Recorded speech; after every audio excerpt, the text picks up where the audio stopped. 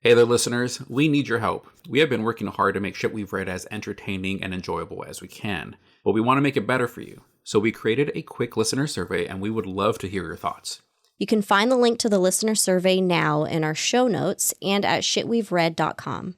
And as a thank you, if you complete our survey by Sunday, August 31st, 2025, you'll have the chance to be entered into a book giveaway. Thank you so much for listening to the show, and we look forward to seeing your responses. Now let's talk about some books.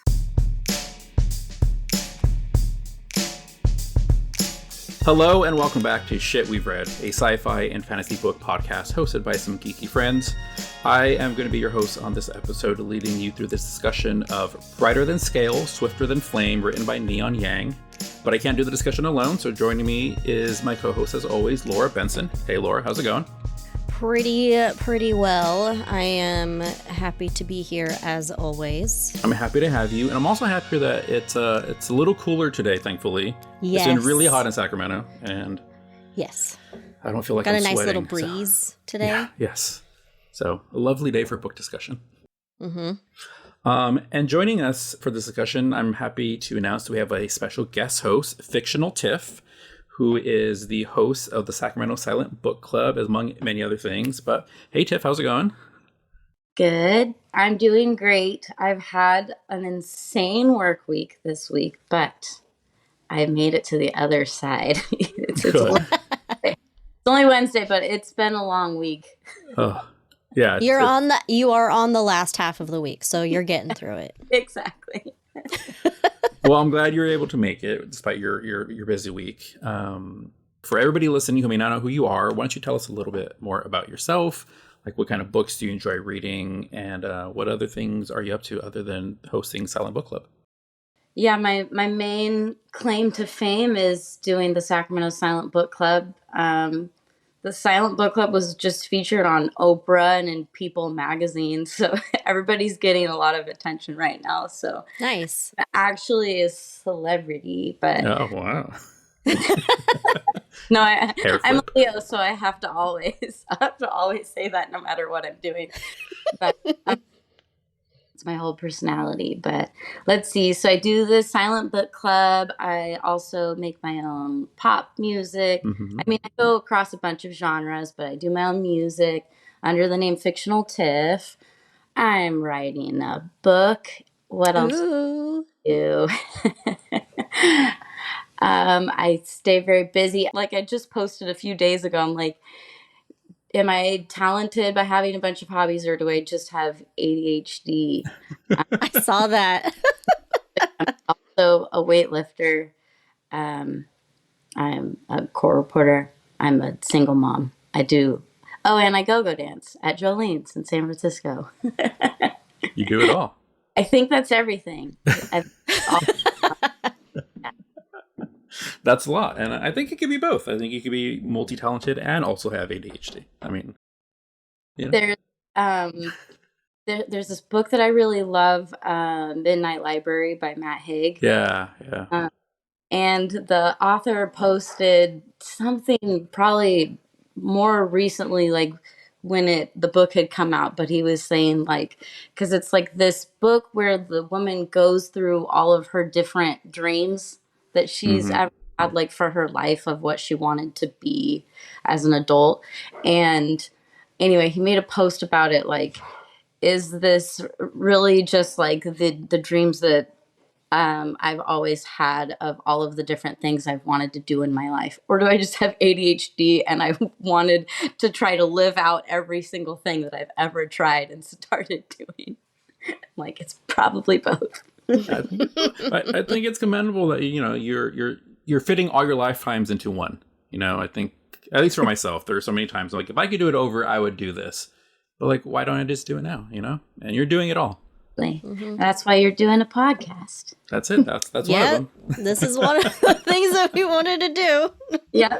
Yeah. If you'd asked me 5 years ago that I'd be doing a podcast, I'd be like, what? What are you talking about? But here we are. Yep. Well, great to have you. I'm so excited that you agreed to join us for this episode. I'm excited to discuss it. But before we get to the book, we always start our episodes discussing some of the other shit we're reading. So, Laura, I'll start with you. What are some of the other things you're reading? I just finished before reading our featured book for this episode. I finished reading Automatic Noodle by Annalee Newitz. We received an ARC from Tor.com, so thank you to them. It was a nice little cozy near future novella about a crew of abandoned food service bots that open their very own restaurant. It was really interesting because it takes place in a post-war era in San Francisco. So it was kind of fun because there was a lot of like mentions of places and stuff in California in general that I was like, oh, I know that place. That's always fun. But it was I mean, cozy was definitely is a perfect word to describe it. You know, it's these food service bots that are in this ghost kitchen. They kind of take over their delivery app account. They rebrand themselves. They advertise as the local lunch spot for the neighborhood. They start becoming known for producing the tastiest hand-pulled noodles in the city. Mm. But then, you know, there's always got to be something that happens. And so Of course. they have to figure out what's going on before their ratings plummet and puts them out of business. So it was really interesting. For being a novella and being about robots, I felt like it had a lot of different themes in it. And it one thing that really stuck out to me was it talks a lot about what freedom is. So freedom for people, freedom for the robots, that kind of thing. It was really fascinating to read. So I highly recommend it. It's not out yet. Again, we got an ARC. It is publishing August 5th, 2025. So I highly recommend anybody who is interested in those kinds of themes, put that on your pre-order. Definitely. I've not read it yet. It's coming up soon, so I'll be reading it very shortly. But I have been hearing a lot about how it is very timely to stuff happening now around the world in the country. So, so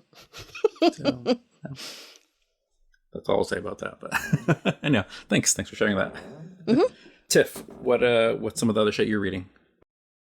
You know, I didn't even think about, oh yeah, I'm also reading a cozy book until you were talking about your book. I'm like, oh yeah, I'm also reading that because I'm always reading like a ton of books at the same time. I can't just read one.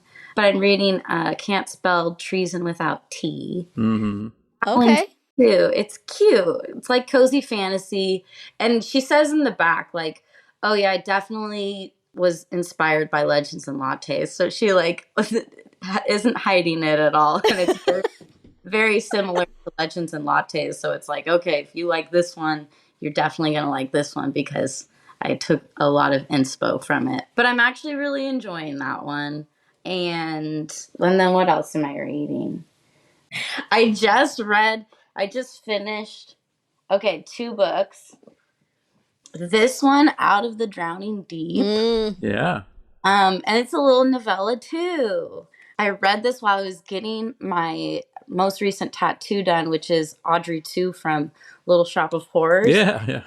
And so it was really fun to read like kind of a monster book while getting a monster tattoo. Yeah, totally.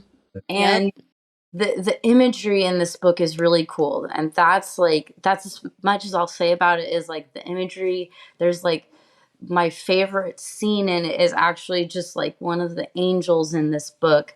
And it kind of toys around with like God and angels and like how seriously should people actually take religion.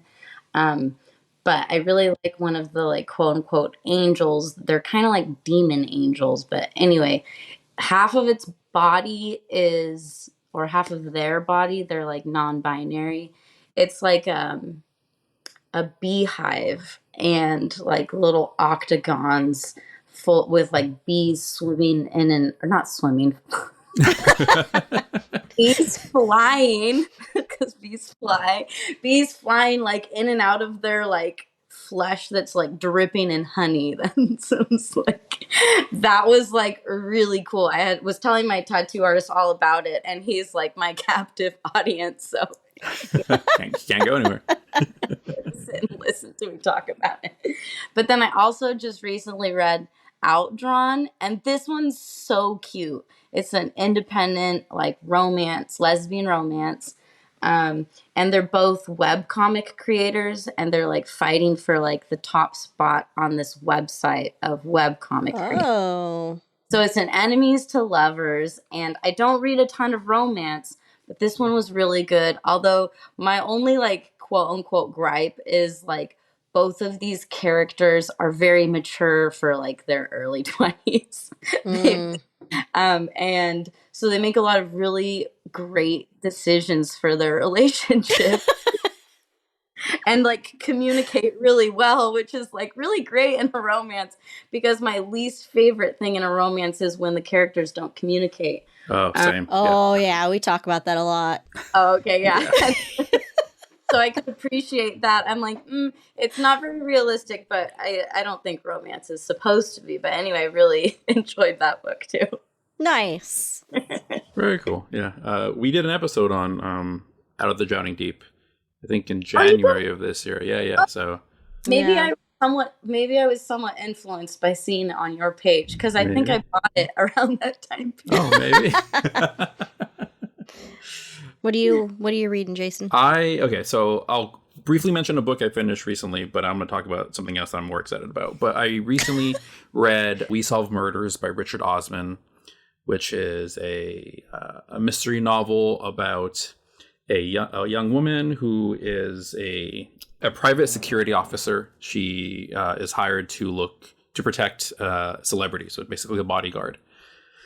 And it's about her going around kind of the world with this author who she's hired to protect, and this case that somehow starts involving her father-in-law, who is a retired police detective in the UK.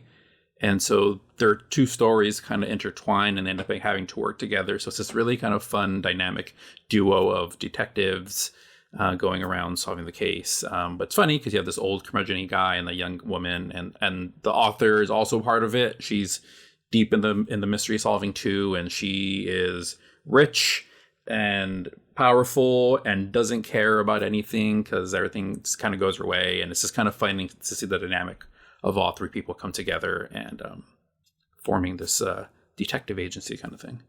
So I read that, and that was fun. But I want to mention, it's not a book, but it is based on comic books, so it still counts. The new Superman movie that came out recently. If anybody listening has not watched it yet, go watch it. It's so good. I loved it so much. And I'm sure if you're online, you've seen nothing but Superman everywhere, at least on my feed and my, the circles I follow. But it's so good, and it's just so hopeful, which I think we all need right now in the world the way it is. It just brings a sense of hope of seeing this man do right just for the sake of doing right. And the memes going around of saying, I can't wait to see an immigrant, defeat a billionaire is like, oh, that's so resonant right now. And it's so true. And it's so funny to hear people be upset at the fact that Superman's an immigrant, even though he always has been since he was introduced in 1938. It's a fun movie. So yeah, I've watched it twice, and we'll probably watch it a third time at least. Yeah. Someone else invited me to go see. So I saw it first with Laura, but before I even saw it with Laura, someone else asked if I wanted to go see it. And I'm like, I'll probably see it at least twice. Even if it sucks, I'll probably watch it twice. And so I watched it a second time. And I enjoyed it more the second time. Because I think the first time I went with very tempered expectations. I was excited about it, but I didn't want to be disappointed. And I was also a little curious because there were so many elements in it. It was like, how is this all going to come together? So I watched it and I enjoyed it, but I left with very reserved feelings. But the second time I went in, it was like, I know exactly what I'm getting. And so my heart was just wide open, as cheesy as that sounds. And it was just a good time. So yeah, anyhow. Well, that's good to know. I told my husband that if he wants to see it in theater, that I am happy to go watch it for a second time with him. So I'm not pushing him to go, but if he decides he does want to, then I will be there. I'll push him for you. Thank you. Yeah. Yeah, as long as it doesn't come from me. Yeah, no. I haven't seen it yet, so I have to go see it. It's But good. yeah, one of the random things I heard about it is there's been like a huge surge in like people adopting dogs because of it. Yes. Okay. Even just that little piece of it, I'm like, oh, I love that so Yeah, much. I saw it was like 500% surge and like people are just Googling like adopting dogs. It's Yeah, I just hope the people that are actually adopting now are going to be, yes. responsible Yeah. dog owners. Yeah. Dogs are not easy to take care of. And crypto shows that. He does. Honestly. He does. Very honestly. But I loved crypto. Which is kind of funny that people are Googling, dog adoptions after the portrayal of the dog who wasn't the best. Oh yeah.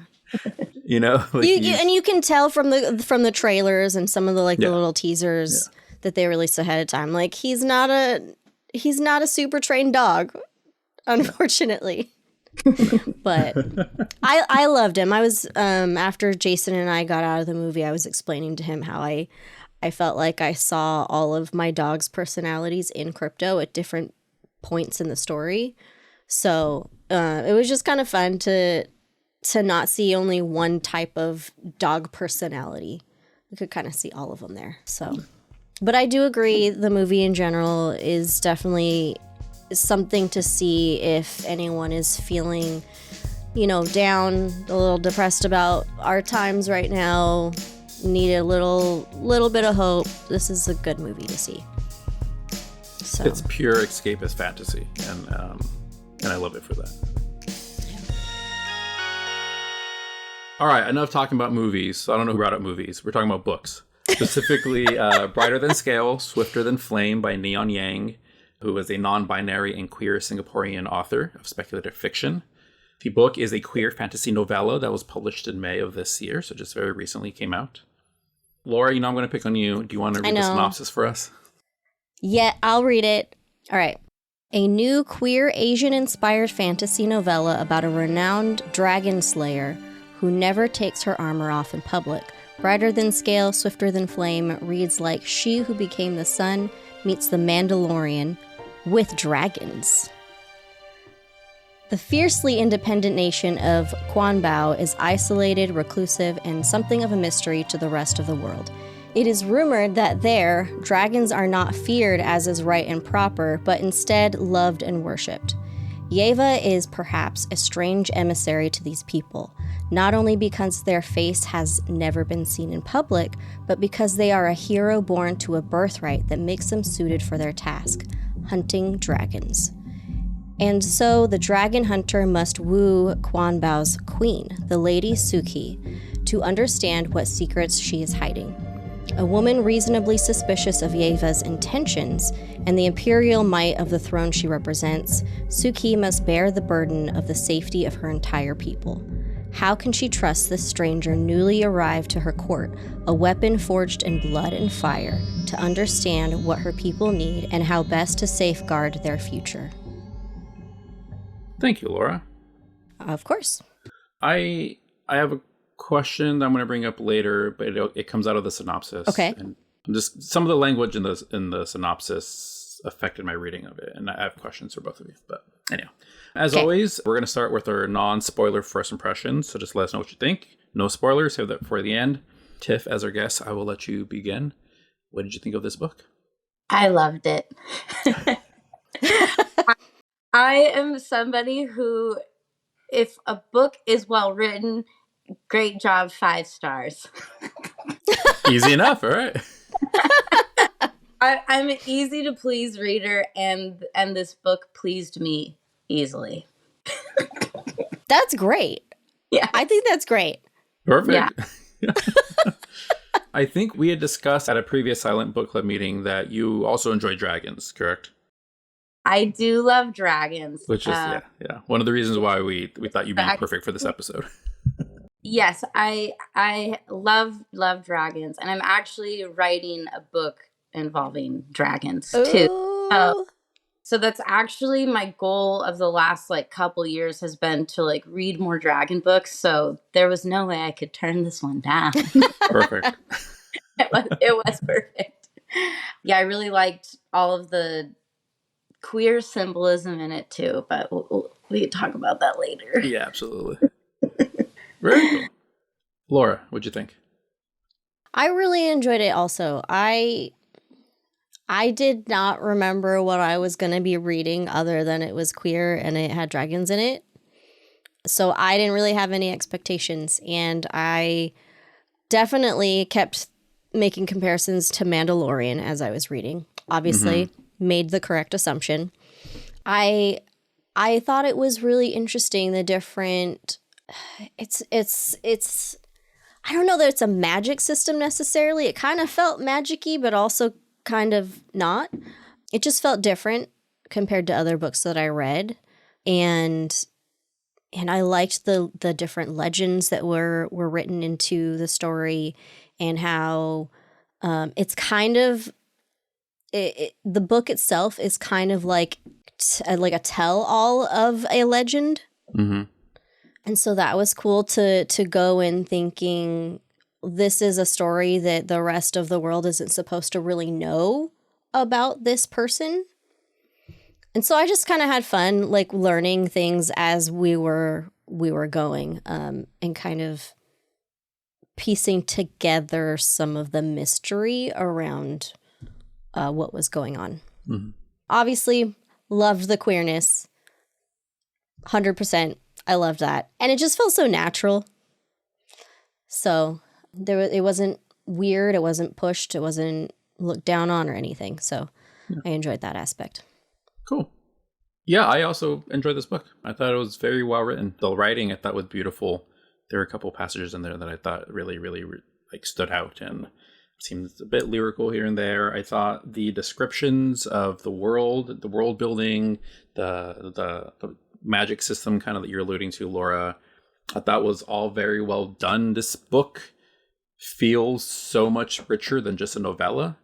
Yeah. It's so short, but there's so much in it, and I really got a good sense of like kind of where the world of the world that it existed in. So I really commend the author for doing a good job there. The love story that was there is very cute and fun and believable, very queer normative. Yeah, I really enjoyed this book. Yeah, I'll leave it there for non-spoilers, but I was a big fan of this. Nice. Yeah. And like you said, Laura, we all liked it. Yeah, and like you said, you can't help but compare it to The Mandalorian. So yeah. So I think that worked in its favor, that I kind of just think The Mandalorian is cool already. So like, oh, here's a new Mandalorian. So I think it helps in this instance. But yeah, we all liked it. Yeah.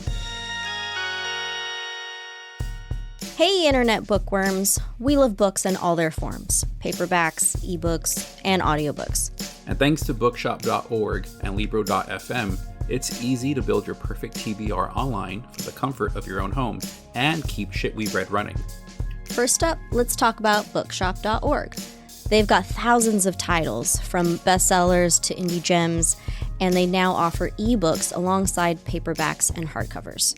Every purchase you make through our bookshop link supports this very podcast. And for our audiobook lovers, meet libro.fm. Audiobooks are the perfect way to squeeze more reading into your busy life, whether you're doing chores, walking the dog, or just relaxing. The free libro.fm app lets you listen to all the same audiobooks as the big guy. You know who we're talking about. But your purchases directly support us. Plus, all libro.fm audiobooks are DRM free, so you truly own your audiobooks. If that isn't enough reason to switch to libro.fm, they're sweetening the deal by giving our listeners 3 audiobooks for the price of 1 when you start a new monthly membership with promo code SWRPOD. That's promo code SWRPOD. Just remember, to support the show, make sure you use the special links in our show notes or go to shitwe'veread.com.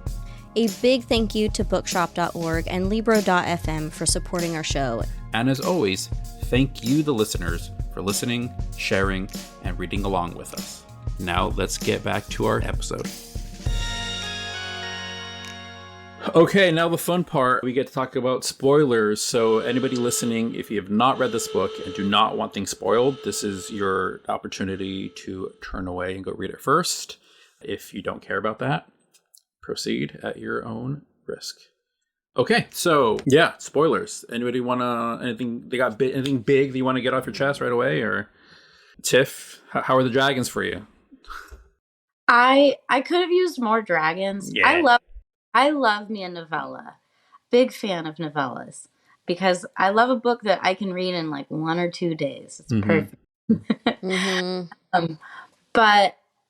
But yeah, I wanted more dragon. I felt like there was like such a build, and then it's like this girl is a dragon, and then that's the end. Yeah. Yeah. But Yeah. I really really liked it. I if I could have more, I would have more. I agree with that.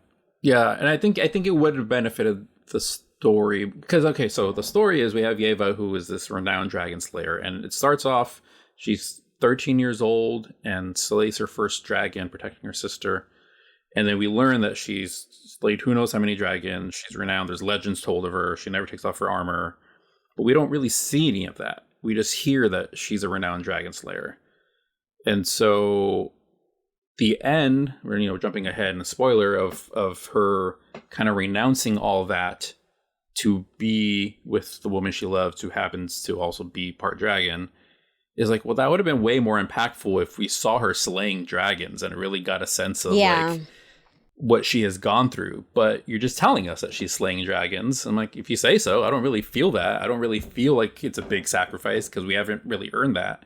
So that is the one thing I feel like would have really benefited the story. I mean, what book doesn't need more dragons? Or like if there's dragons, give me dragons. That's the fun part.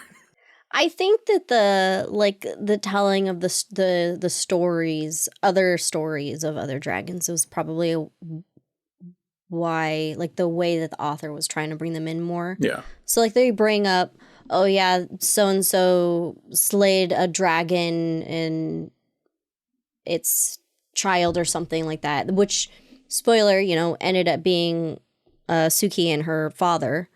But they brought that story up a couple of times, and then they obviously bring up Yeva slaying the dragon as a teenager. But we didn't really get any other stories other than the legends of like how the city became. Yeah. So yeah, I do agree it would have given more weight to her decision to leave. But yeah, I mean, novella. So Yeah. And also, I mean, to your point, Laura, like the story is told via like someone telling a legend. Yeah. Right. And so when you tell legends, when you tell kind of these fairy tales, there's a lot of detail missing, right? You're doing the broad strokes. That's and true. So like it makes sense for the delivery method. But if I'm looking at it as a book, which it is, it's like, yeah, just a little bit more dragons, please. Please, sir, can I have some more? But very small gripe. Like it didn't affect my enjoyment of the story at all. I really enjoyed the story. Yeah. Slightly, somewhat related, going back to her decision to leave who she was and pretend like they said in the end, just tell them that she died. Yeah. So that she could have this new life. For me, I drew a parallel to religion. Mm-hmm. And there were lines towards the end that were like, he like talking about her cousin Emery. He doesn't know anything else. He can't. He's not going to know anything else. Like this is what he believes in. He's not going to change. Kind of phrasing, and it just kind of made me think of religion and how some people are brought up to believe certain things, and then some people, they find something else, they learn something else, and they don't want to continue, and then other people just can't fathom leaving. And I've mentioned here and there in previous episodes that I have experienced leaving religion, so some of that kind of I could kind of connect to a lot, and finding a new way of life that makes you happy and wanting to pursue that, really, really stuck with me when I was reading it. Mm-hmm. Yeah, one of my favorite things that this book did was the queer relationship was so normal. Nobody was turning a head. Mm-hmm. Queer relationship. but the storyline itself had all of this symbolism of like, this is the way that you've been following, and this is how you've been living your life. And like having this mindset of like, this is the way, this is the right way to do things. And then having that gut punch of like, oh, wait, this isn't, it's, things aren't always black and white. Um, and there are other better ways to live my life, kind of thing. So I really enjoyed that about this book. And, you know, a lot of fantasy books kind of do that, where it's like, well, this part is normal and should be normal, but going to give you the symbolism for people still living in this world where it's not. Yeah. Yeah. I mean, that's the great thing about sci-fi and fantasy, and we've talked about it before, is the genres allow you to talk about these issues in ways that are hidden, that aren't so on the nose, and you get the end of the story. And yeah, the story and the leaving behind everything that you knew could be symbolic of someone's queer journey, or it could be symbolic of someone's religious journey, or many other journeys, you know, of identity and finding yourself and figuring out who you are. But the queer part is normal. We're not that's not the issue. But it still is touching upon maybe your queer story if you wanted to, if it applies to you. And if it not, then that's fine too. It's something else, which is, I think, what makes fantasy so great and why I love it. Because, I mean, like, I'm not a queer person. I consider myself a strong ally, but I'm not queer, so I've never had to deal with any of that. I also do not have a troubled religious upbringing. Religious, for sure. I'm Mexican, so Roman Catholic is kind of just part of the DNA, you know, but it wasn't troubled. So I don't really have those couple of journeys of figuring out, do those apply to me? Do I need to leave that? Who am I now? But everybody has their own version of that that's unique to themselves. And so I can read a book like this and still relate to the character of like, you know what? I've been introduced to this new information that has changed my perception of the world. Right, it was black and white, and now it's not so black and white anymore. Now it's a little bit of gray. And if I may connect it to Superman again, which is great because like Superman just knows right from wrong. It's killing these dragons now that I know that they're not just mindless beasts is wrong. I can't continue to do that. I'm going to leave behind everything. You know, and when your cousin Emery is like, you're just going to walk away for this person you've met. You've just known her for a very short amount of time. Very lesbian of her. Yeah, you can say it. I can't, but yeah, you're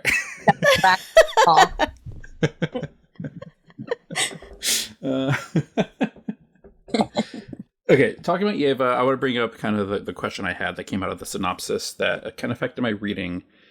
The language in the synopsis when talking about Yeva sticks with their and they. It doesn't reference that she's a woman. And maybe it was because the author is non-binary. I thought that Yeva was also going to be non-binary. And so when we start reading it, it just used her pronouns the entire time. And I kept waiting for that journey and it never happened. And so I was confused. I was like, wait, are they non-binary? Are they non-binary? But so use she, her pronouns? Like what is happening here? But that could just be my own misinterpretation and assumptions. I don't know if any of you had any thoughts on that.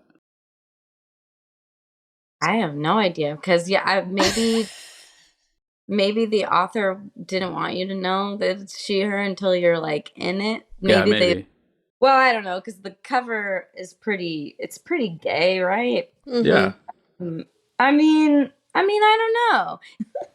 You know, what I'm thinking, and again, I didn't remember the synopsis. This is the first time that I have read it since we decided to read this book for this episode. So reading the synopsis was a little surprised that it was also using they, them.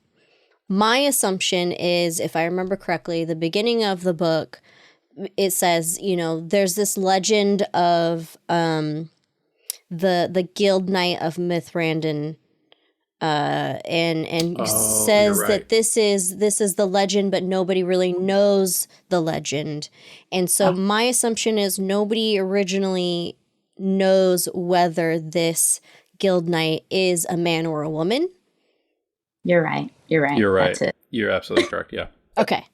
You hit it right. You hit I it mean, right. to me, the name Yeva sounds like a feminine name, but in this fantasy world, it may not be a gendered name.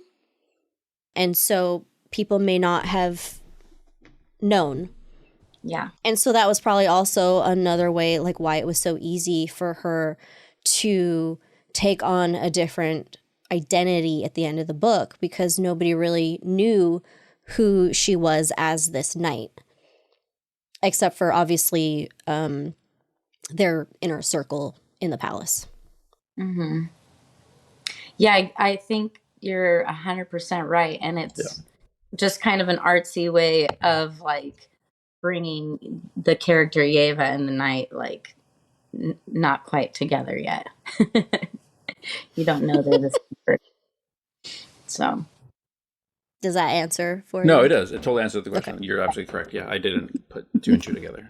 I think that the entire time I was reading, I was so focused on the fact that I thought the character was non-binary that I was waiting for that revelation and that journey, and it never happened. And so I was like, I'm confused now. Okay. All right. I am, I'm very confused of why that didn't happen. But you were correct. It's right at the beginning of like, we don't know anything about this night, but we're going to tell you about this night. Yeah. So, okay. Thank you for pointing that out. Yeah, of course. No notes. It's always nice when we come here with questions and then somebody else can completely answer them. Yeah. Okay, so we talked about Yeva a bit. Let's talk about Lady Suki, the Lady King. No, Girl King, right? Girl King, yeah. Girl King. How do we feel about her as a character and just in general her interaction with Yeva? And did we see the twist coming that she? Yes. Okay. Yes. Okay. I felt like pretty early on I was like, she's a dragon. Did either of you like feel like there was a big reveal, or did we all kind of feel that way? I think I kind of thought it might be a possibility, so I wasn't surprised, but. Yeah. Especially after her talking about the legends of the dragons and how they built the city and stuff. I was like, oh, she's a dragon. Yeah. Originally, I thought they called it her blood illness. I was like, maybe she's just legitimately sick, or maybe like that's another term for her period if it's happening every month. Which I guess could still technically be what that means too. Yes. Instead of having her period, she's just dragon for a week. Yeah. And I love that for her. If there's a list to sign up for that, I'll sign up. Yeah, but yeah, I think at some point it just kind of became pretty obvious. But I can see why Yeva wouldn't have put that together early on. I mean, Yeah. That's not a thing that she would think about in that world. No. I knew for sure there was a connection between Suki and dragons. I didn't quite know what it would end up being. I thought maybe it would be, okay, she has this sickness. Maybe you need dragons to cure it or to maintain it. Like, maybe she herself isn't a dragon, but the cure comes from dragons. So therefore you can't hunt them. We need them. So there was a couple different possibilities that I was predicting. Her being a dragon was one, but I don't think it was my main one, if I'm being honest. I think it was the cure being connected to dragons was probably, I would have put money on that one. The character herself, though, I really liked. And big fan. I would date her. I do if kind there's a book 2 of Dragon Smut, I'd read it.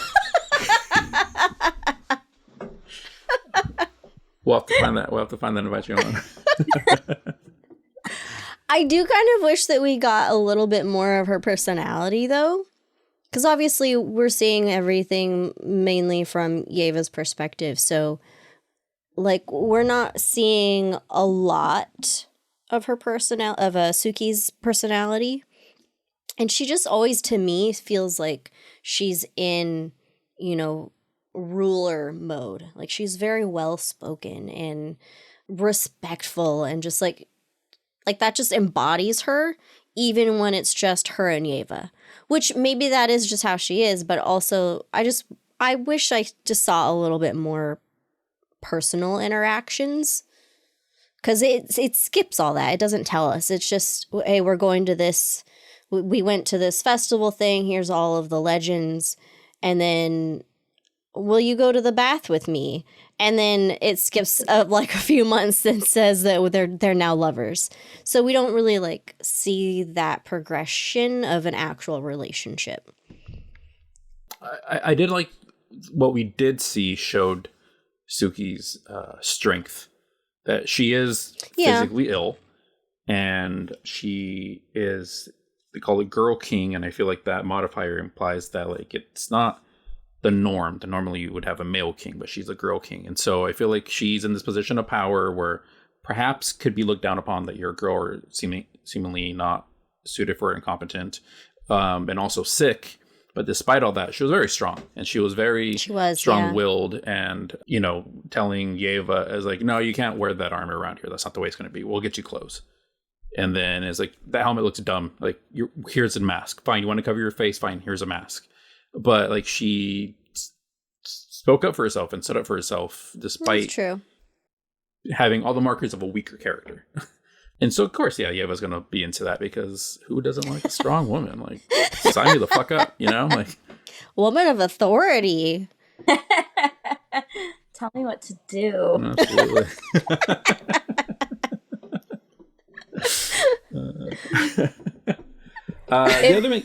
It would have been cool to have some behind the scenes, she's just a total goofball or something. Yeah.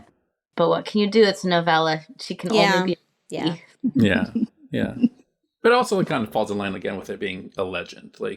Are they fully three-dimensional characters? No. But when you're telling a legend, you don't talk about, so-and-so also being into collecting little figures. No, they're a badass dragon slayer, that is what they are. That's all they are. You get the social media version of them and nothing else. Exactly. Good point. Okay, so we have Yeva, we have Suki, and then I think the other main character, we have Emery, Yeva's cousin, which I wanted to like him. He came out, and I felt like he could go either way, because he was excited to have a cousin. He's like, oh, we're cousins. You're here now.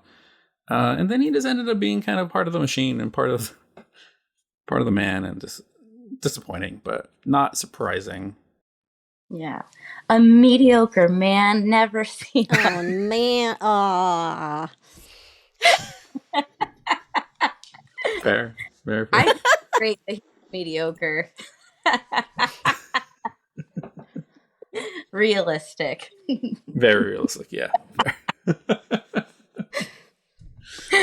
Well, he comes from a life of privilege. Why does he have to question anything? Everything's been, Mm-hmm. He doesn't have the best relationship with his dad. He's gotten beaten. I'm not going to say everything's been a cakewalk for him, but still, comparatively, he has it pretty good. Why question any of that? So at the very end, of course, he's going to be like, yo, Yeva, you're going to ditch everything for this woman you just met? He's like, yeah, because it's the fucking right thing to do, guy. Grow up. Yeah, I think he was written to be that way. The way that you just explained of how you felt about him is the same way that Yeva felt too. She expected more from him. She expected him to trust her when she sent that second letter and said, sorry, never mind. She expected him to understand, listen to her, and he didn't. He just kept questioning her. And it's just, we from the start, we were hoping that he was going to be a good, understanding cousin, supportive of her decisions and whatnot. They had that really intelligent conversation when he said, I'm sending you to go do this. You are likely to be the best person rather than just us going in there and starting war. And so he sounded highly intelligent, reasonable. And just unfortunately, in the end, he still was very much under the beliefs that he was taught. I think it is a good representation of like friendships that you have like growing up, like from kid to adult, of like you kind of expect everybody to grow along with you and Yeah. to keep growing and keep becoming a better person, or and you want what's best for your friends. You want them to be on a similar journey to yourself, and then something happens where you realize, oh, like we're not actually on the same page. Like you went in a totally different direction with your life. It's like, I love you, but you suck. Yeah. That's a good way to put it. Very well said. Yeah. Is there anything else that we've not talked about that either you want to discuss? It's a short book, but we all liked it. So what else we got? One thing that I kept thinking about after Suki explained that sometimes there are people who turn into dragons and there are dragons who turn into people. Yeah. And so it just kept making me think back to when Yeva slayed her first dragon. And I wonder who that dragon was. Obviously not that big of a deal in the book, but just something I kept thinking. I was like, well, who was this dragon? Was this a dragon, just a dragon? Or was this a person who turned into a dragon? If it was small, does that mean it was a child? Did she kill another child? And I just kept thinking about that because now I'm just wondering, who are all of these dragons that she's been slaying over these years? It's a fair question. I think also the flip side of that is what people are actually dragons. Because if people can turn into dragons, but the dragons turn into people, so like nobody is who they seem, And I think that has big implications for the world for sure. That would be fun to explore. Yeah. Yeah, because it said that, because do all dragons turn into people? Because at some point in the novella, I thought it said like, oh, some dragons can shape shift into a person. Because that was her father. Yeah. But maybe not every single dragon can be a person. I think that like you have dragons, like the majority, if I had to guess, the majority of dragons are just dragons. They cannot change, or they were not changed into dragons. They were just dragons. But then you also have some dragons who could become people, and some people who could become dragons. And that's when it gets really funky, and you have like breeding, and that's where like the magic comes in, and that's interesting. That I would love to see more. I want to see more of that in a future book. That would be fun to really explore. That has it always been dragons? Yeah, is that just what the dragons want us to think? It's all propaganda. But also, it would make for a really good smutty book. It would. Absolutely. Are you asking for a prequel smut book about her parents? I mean, I'm not asking for it, but if it comes into existence, I'll read it. Yeah. One last thing I want to say, I listened to the audiobook, and I thought it was a good audiobook. The narrator, her name is Nancy Wu, and it was enjoyable. It was quick and easy, but I think she did a really, really good job. So if anybody out there is debating listening to it, I would say it's worthwhile. Yeah. Nice. Yeah, I read the audiobook too, and I really liked it. Oh, and I had actually read this author, one of their previous books. I think it's called The Black Tides of Heaven or something. But anyway, also a very good book that I actually read their previous book when I was not yet queer, and it very much plays with gender identity, and it blew my mind a little bit. Oh, awesome. Nice. I have one of their other books on my TBR. I just haven't gotten to yet. The Genesis of Misery. Mm. That's been on my TBR for a long time. Yeah, based off of just this novella, I do want to seek out some more of their books. Yeah. I did really enjoy the writing. It was, it was beautiful, but it was direct and like, yeah, I don't know, this is really good. Agreed. Cool. Okay, well, I'm glad they were all fans of it. That doesn't always happen, but it's always nice when we do all enjoy it. The overall ratings on Goodreads right now is 3.56. Not as high as I would like it to be. That's coming out of over 3,700 ratings. Tiff, you already said you give it 5 stars, right? Yeah, 5 stars. 5 stars, perfect. Laura, how many stars would you give it? I'm gonna say probably a 4.5.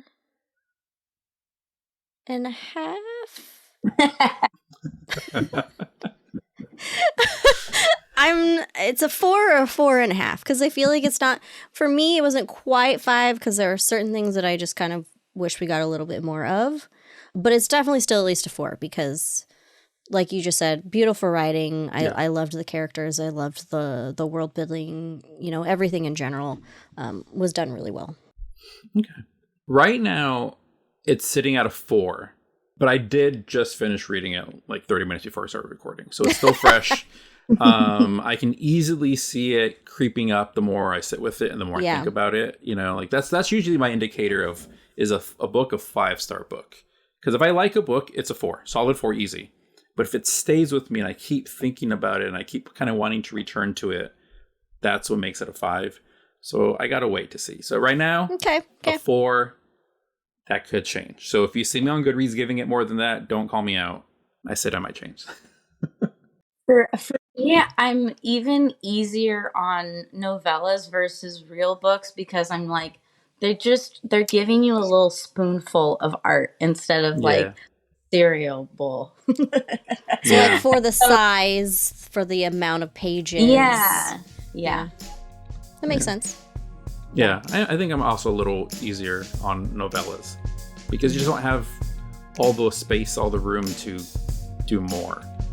And so if you knock it out of the park with just 150 pages, whatever this is, you did a really good job. Like, nice. Yeah. Okay, cool. So we have our ratings. All right, so let's talk about, just for fun, what we're reading next. Laura, what's next for you? I just literally started last night Fable for the End of the World by Ava Reed. It's a dystopian leaning sci-fi, I believe sapphic. I think that's right. I am terrible again. I don't read synopses after I have decided to read it. So it's been on my TBR for a long time. I don't remember anything about what it said other than I know it's a dystopian. It's compared to The Last of Us meets The Ballad of Songbirds and Snakes. A dystopian romance, survival, sacrifice. I'm sure I'm going to love it though, because I love those kinds of books.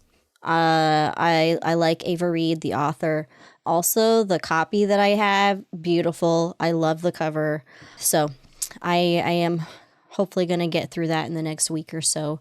I did also check out the audiobook, so that might help me get through it a little faster. All right, nice. But yeah, I'm very excited to finally read it. Cool. Tiff, do you know what you're reading next? Yeah. So, I'm reading like a little bit. I started reading so many books over the weekend, but you guys saw me last Friday at the Bloodstone Bookshop, where I found this book that I didn't know existed by an author that I really like. Oh, let me pull this book up. Look at the cover of this. Visual aid, let's see. You guys do this on your phone? Oh, yes. I read it.